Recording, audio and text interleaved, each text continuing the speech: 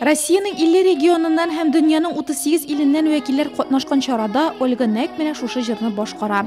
Моңа кадәр бу җырны төрле бәйрәмнәр вакытында Нурлат тамашачысы да ишеткән иде. Спиваков фестивалендә тамашачылар Нурлат кызына 7 минут дәвамында алкышлый. Я выступала в Большом театре России и Мин Россиянең зур театрының Бетховен залында чыгыш ясадым. Ул зур һәм матур, миңа бик ошады. Тамашачылар минем чыгышымны җылы кабул итте. Чит ил кешеләре күп иде. Мин мондый нәтиҗәне көтмәгәндә идем. Автор сүзләренә язылган тик халык җыры манерында башкарылучы җырны җырладым. Фестивальгә чакыруны Ольга Рухият һәм Владимир Спиваков фондлары оештырган мастер-класслар барышында ала. Андый чара безнең районда да узды. Нурлатның талантлы яшь рәссамнары, вокалистлары, музыка коралларында уйнаучылар, дәрәҗәле педагоглар алдында чыгыш ясады.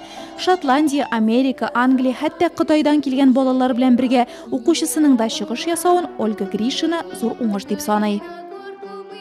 Она такая яркая, у нее такая подача всегда идет сценичная. Ул бик якты бала. Сәхнәдә үзен тота, публикага үзен күрсәтә, аның белән аралаша белә. Тамашачылар беренче куплеттан кул чаба башлаган иде, ахыргача туктамадылар.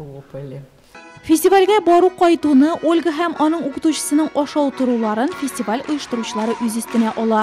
Россиядә игълан ителгән экология елында фестиваль күңел экологиясе девизы астында уза һәм илнең төрле почмакларында яшәгән сәләтле балаларга зур сәхнәгә чыгарга ярдәм итә.